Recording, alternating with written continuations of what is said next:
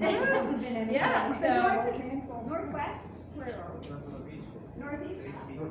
Northwest is the best. That's right, that's right. So, I'll just give you a little bit about my background. So, everybody can hear me okay? All right. Yes. All right, I so. can hear you now. All right. So, Stacy Garrity, candidate for state treasurer. So, I live in Athens, Pennsylvania, way up in Bradford County, where they call it God's country. More cows than people, okay? And it's a place where everybody knows each other. For the most part, they like each other. It's a small place filled with big hearts. We stand for the national anthem. We kneel to pray, and when we get back up, we look out for one another. So that's born and raised, always lived there, and Pennsylvania values is what I really believe in. So I've spent 33 years at the same company, manufacturer in Towanda, Pennsylvania, Global Tungsten and Powders. It's the largest tungsten smelter in the Western world. If anybody wants to talk about tungsten later, I can talk about it all day. My real passion is the industrial base. I worked my way up. My background is actually finance, by the way, but I worked my way up to be the first female vice president. I'll just talk about a piece of legislation I pushed. And I call it Don't Buy from the Bad Guys, but it's 10 U.S.C. 2533C. And what it is for, we do defense work. That's a small part of our business in Towanda. About 500 employees, many third generation. So I really care about the community and the employees. So for about 20 years, all the defense primes like General Dynamics, Northrop Grumman, they use Chinese tungsten in munitions. And it upset me to no end. And so I tried everything. So it wasn't until this current administration that we were able to get legislation in the fiscal year 2019, John McCain National Defense Authorization Act, where you can no longer incorporate tungsten from China, Russia, North Korea, Iran into DOD munitions. So I call it Don't Buy from the Bad Guys because it's easier to. So my company will end up being the only company that makes small, medium, large cal penetrators all the way from powder to the semi-finished component. So it not only helped our company, but it helped really the U.S. industrial base, anybody making munitions out of tungsten heavy alloy. So military. So I spent 30 years in the United States Army Reserves. So I retired in 2016 because they kick you out after 30 years or I would still be serving.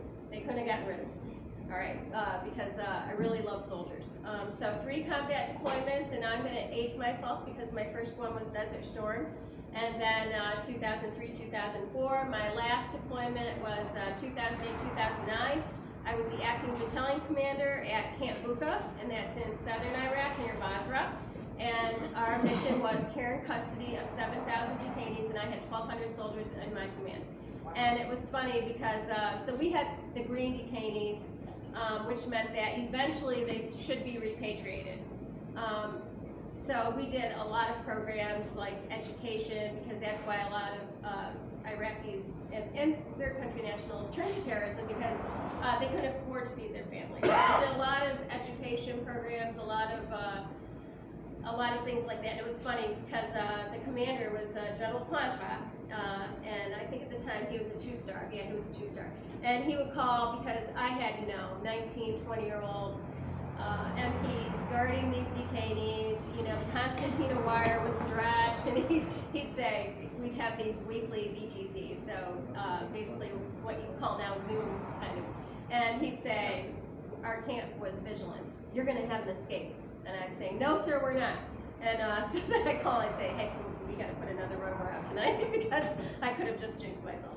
But we were the only internment facility to have 0 escape attempts and 0 abuse allegations. So we were really proud about that, and we brought every soldier back with us that we brought. So thank you. Which is most important.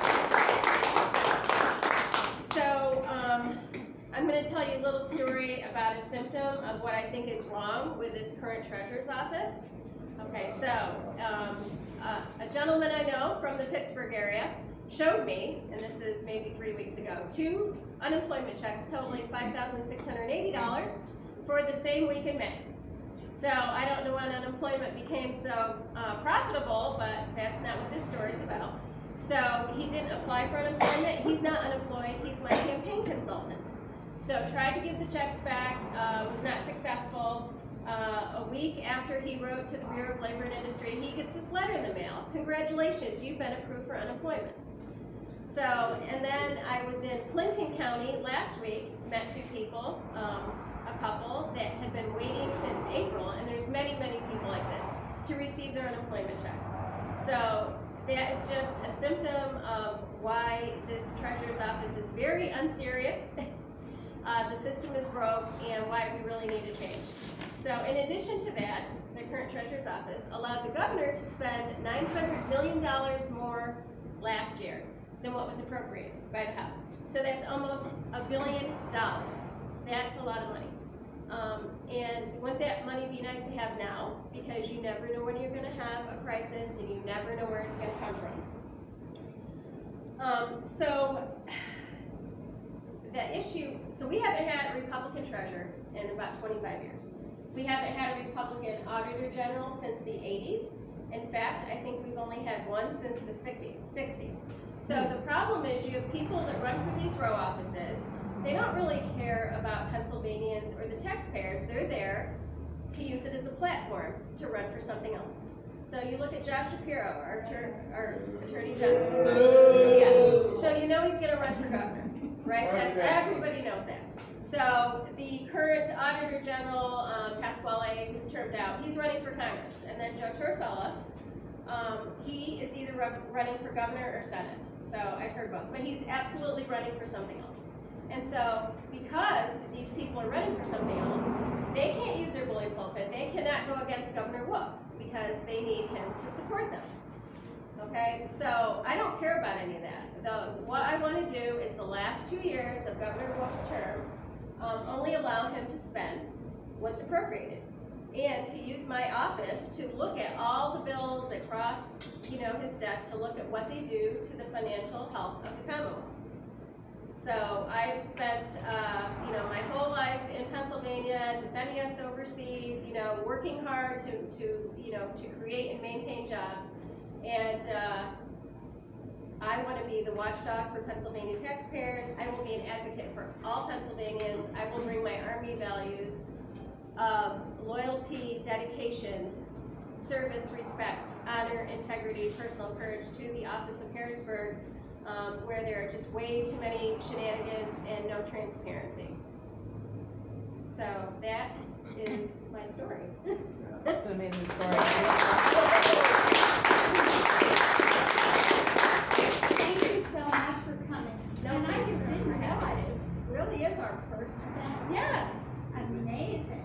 Well, and you're number one in this right. Well, thank you, and I want to thank everybody for coming out, and thank you for everything you do, because I'm sure you're in the minority in this area, or at least in the in the surrounding area. It's easier for me because we're Bradford County, we're 72% Republican, so right, so everybody has a gun, right, so I'm sure it's challenging, but I appreciate everything that you do for the party and for the Commonwealth, and we have to get this president 4 more years. Yep. Well, you are in the most Republican part of Montgomery County right Yes, now. you I are. could tell when I saw the signs. I And made our sure they cows were out vote there. too. Our cows vote too, is Okay. what I was told the first time I went to Lower Montgomery County. They go, oh, you're from the area that the cows vote. And I went, well, last time I checked registration, we only had asses on it. But this is just so incredibly important. Everybody knows that. And I hope and I pray that people that watch the other networks, I hope they're not fooled by what's going on. So. Thank you. Okay, thank you so much. Thank you very much.